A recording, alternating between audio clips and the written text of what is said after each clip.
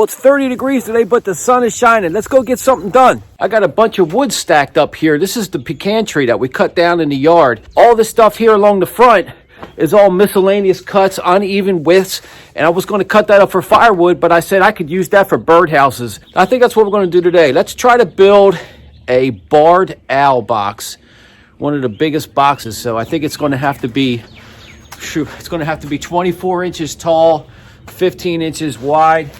We're going to have to cut a lot of this up, but nothing else to do. Let's get started. Boy, look at that edge. Look at the edge on this.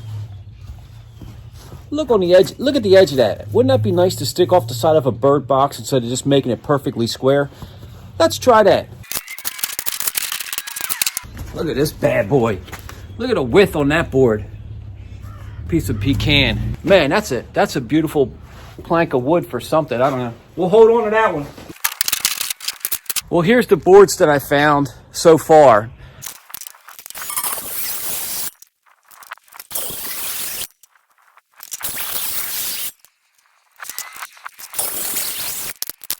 Started off with the circular saw. No way, that would have took forever. So we pulled out the big boy.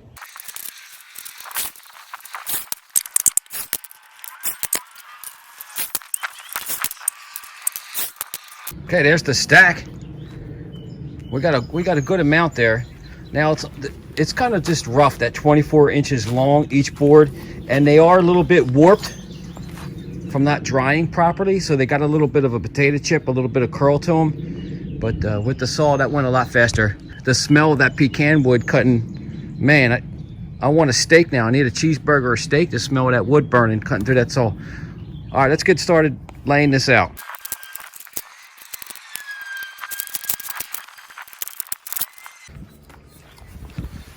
So I just laid it out, and I've got 4 sections, front, back, sides. It's about 15 and a half. Laying out all 3 of those boards is a little bit over 15, and I don't think I have to rip them with the table saw at all, because they're kind of, the seams aren't bad.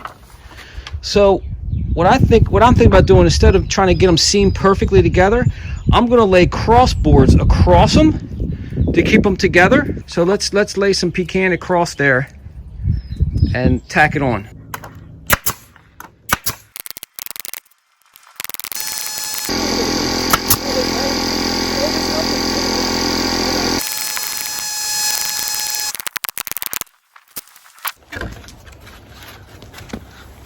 I started off trying to put screws through it first without drilling pilot holes, and I was splitting the nailing board for the corners. So I switched to the brad nailer, and I had to crank the pressure up on that brad nailer because this is hardwood. It's not like going through pine, so the nails were having a hard time going through and connecting this until I turned the pressure up really high, because it's really hard wood. So I used the jigsaw and I squared up these 2 edges on these 2 with the nailing boards. They had to have flush edges on it, on both sides of these, so that my sides can just get nailed to it like this once I square it up. And it's okay if the side pieces hang off with a rough edge. That doesn't matter to me. I don't want a complete squared up box. I want it to look a little bit rough. So I'll just get my width, my inner width here, and I'll hit it with a brad nail for now just to hold it, and I'll come back with some screws.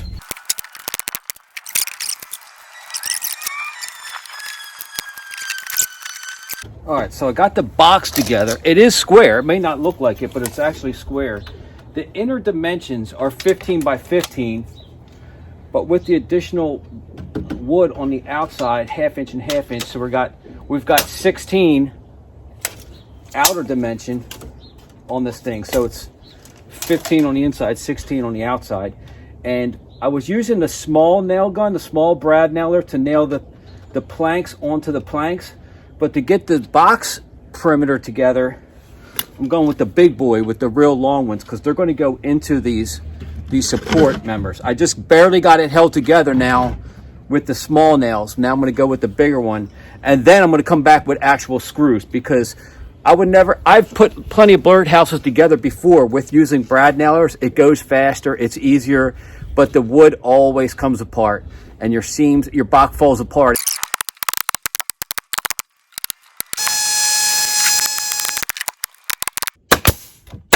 All right, that's pretty solid right there. Let's go back with some screws.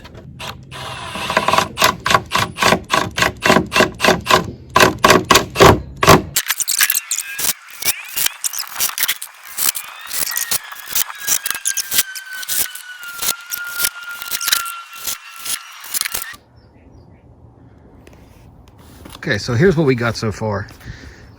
The whole square is done right now, and I think this will be the front because this has the biggest crack in it, and we're going to cut this for the hole so we can eliminate this big crack here. But I think this will be the front. This is the top. And I put screws, decking screws, one in each plank, all the way around, instead of just the brad nail, because like I said, the nail gun is going to pull loose. They will pull loose over time. Just from the wind and the vibration, you got to put screws. And I screwed the braces.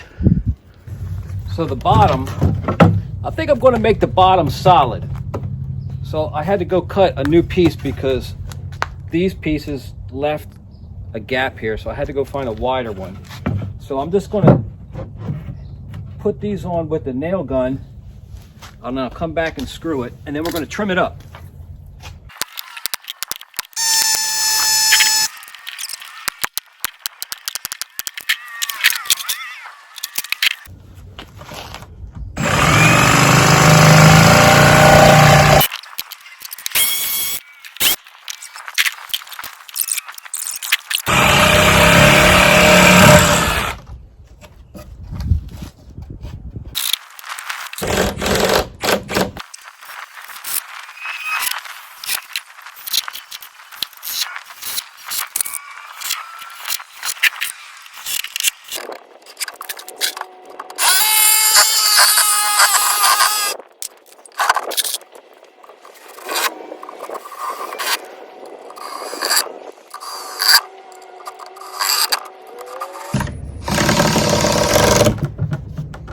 Bottom's all screwed in.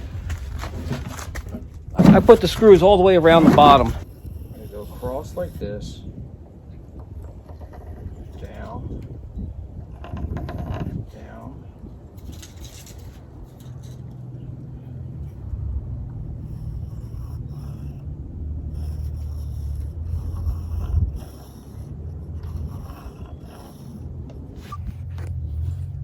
Well, I looked on the internet for the size of this hole, the opening for a barred owl, and the internet is all over the place. I saw somewhere the width should be 3 and the height should be 3.5. Well, I made this 3.5 and made this height 4, and to me that looks tiny. That is tiny. And then I seen other ones where it said it should be 7 by 7. So I think I'm going to split the difference here, and I'm just going to cut this whole board out. I'm going to arch it like this. I'm going to go down 7 inches, and I'll just cut it as wide as this board right here. All right, let's see if we can cut this.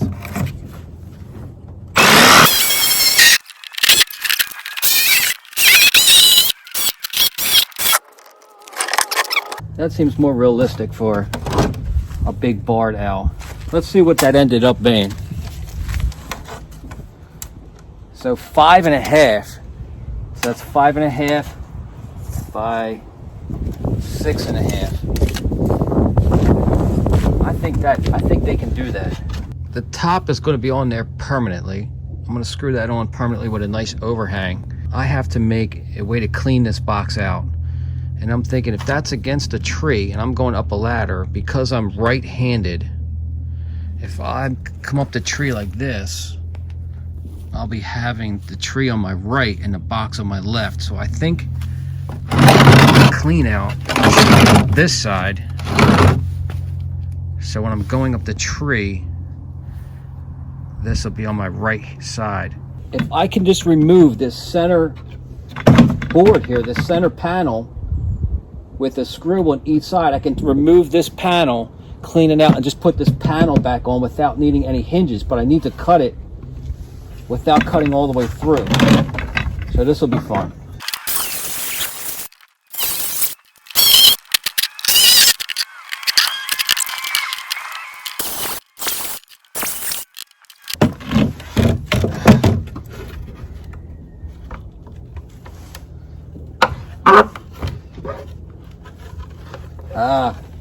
It was being held in there by a couple brad nails.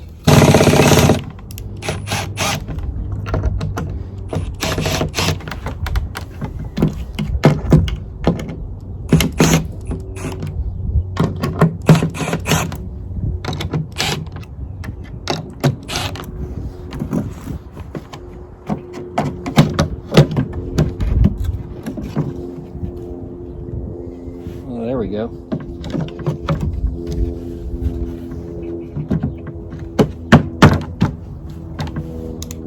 And put it in just enough.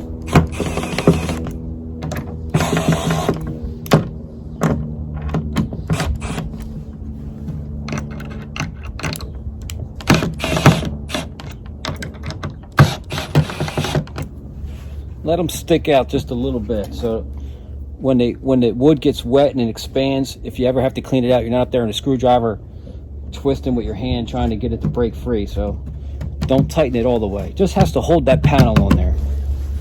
It looks real industrial now with all the screws, but that's going to be so much better because this isn't plywood. It's not going to, all the panels from plywood over time, even if it's pressure treated, it'll swell up over time and it'll peel apart. I got other boxes that I tried years ago doing plywood, and plywood's no good. You got to use solid pieces of wood. This is a lot of pieces on this thing, but if you can get one panel pieces of board, it's so much better. But this thing is going to last a long time.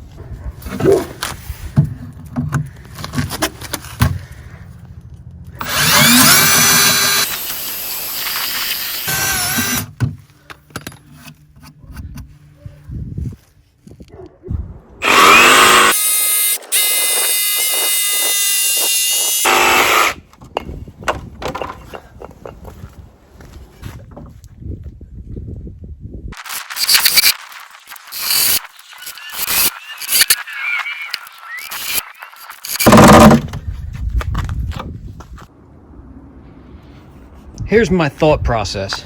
At first I thought screwing an eye hook on each side and connect it through an eye hook, or extend a piece of wood on the top and the bottom and screw it right into the tree, which I didn't really want to screw anything into a tree. And I thought the eye hooks eventually would loosen because of the weight and the eye hooks would pull themselves out. So I reinforced the inside with 2 pieces of regular 2x4, not pressure treated. I drilled a hole through because I'm thinking that right there with a cable going around the tree and locked to a tree nice and tight would hold it just like you were climbing up a tree with a tree stand or something. And then this is the only piece of pressure treated is right here, because this is going to be outside. And I figured notch that out and it'll rest up against the tree and kind of nuzzle itself in there. I think there's one more thing I want to do here before I put this roof on, is maybe you can see the sunlight coming through the cracks of each board, especially right here. This is pretty wide. I got some real thin pieces, and I might just put them on with the brad nailer, the small brad nailer, like a board and batten type style, board and batten. It wouldn't be structural at all. It'd just be for weatherproofing.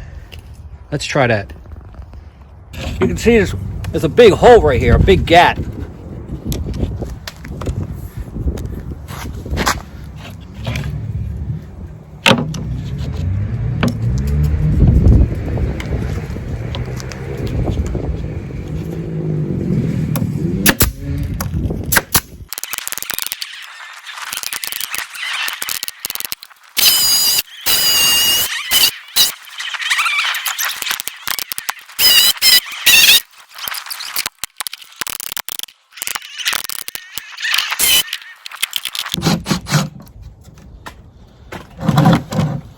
So with the board and batten on the back, on the side, to clean out the box, what I did is I just stapled it to the cleaning panel and not to the actual box, so it becomes part of this, and then this can just fit right back on there like that, and then screwed back in.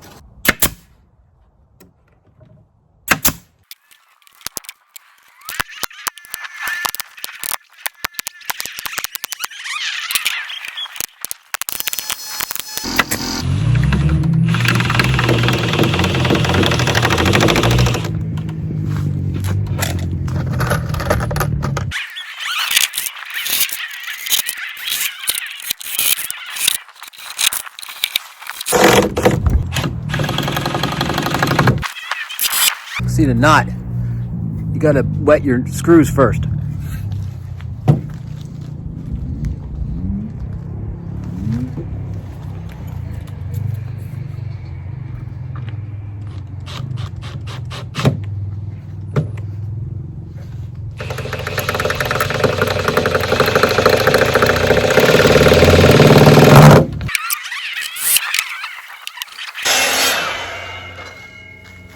Got a couple strips here.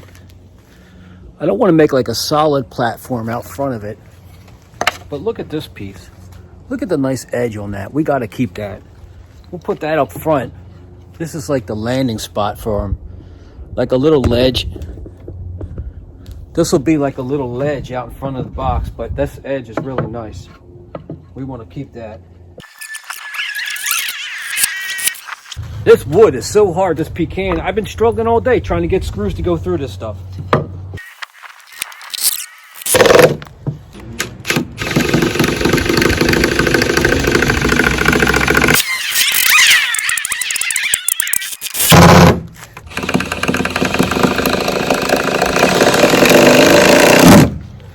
Oh, that pulled it in. Let's get one on this side.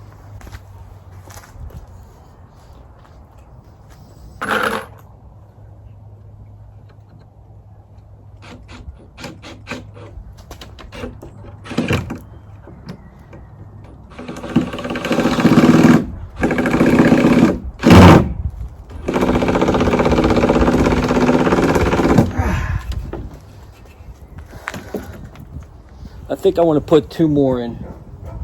Two more of the long ones. This is where I'm going to catch some heat from the YouTube police. I'm actually going to put some polyurethane, some chemicals on the outside of the box, because this isn't treated wood. This is straight pecan wood from a tree that I cut down in my yard. And I think I got a video of that years ago, but this is the planks of wood that we got from that tree. But I'm going to put a coating on the outside. It's all pecan wood except for the frame for the landing here. The braces on the inside are just non-treated 2x4s, and then the piece on the back is treated 2x4 that I notched out.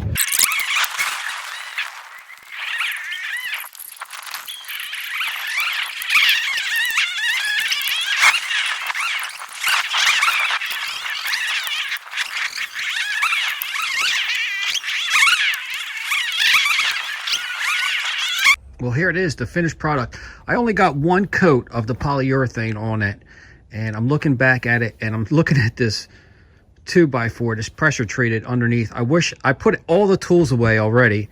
I wish I would have cut out a piece of pecan to cover that board so you don't see that on there, but it actually looks pretty good. It's still drying, so you see the you see how it looks wet, but it's still drying. This side looks really nice. It actually matched up. I tried to match up the boards on the board and batten to cover the seams. This side looks pretty good. The roof turned out okay on there. Board and batten that way. This side is our access panel to clean it out.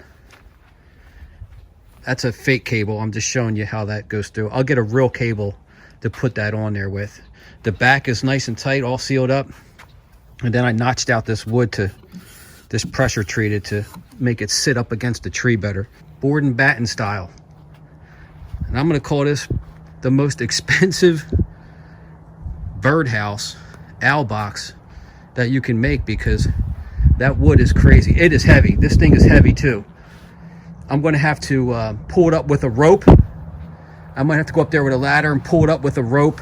Maybe 2 people to help me cable this up against a tree.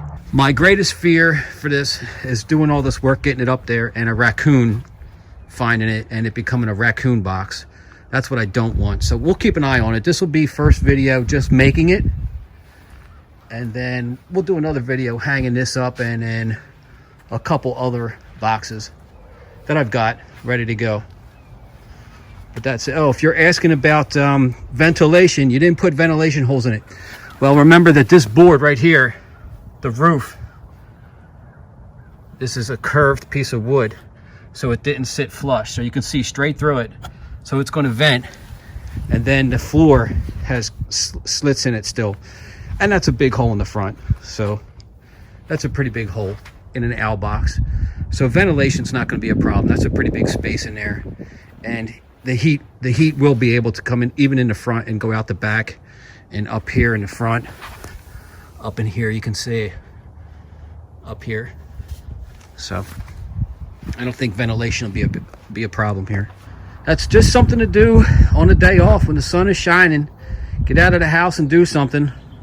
Turn off that TV.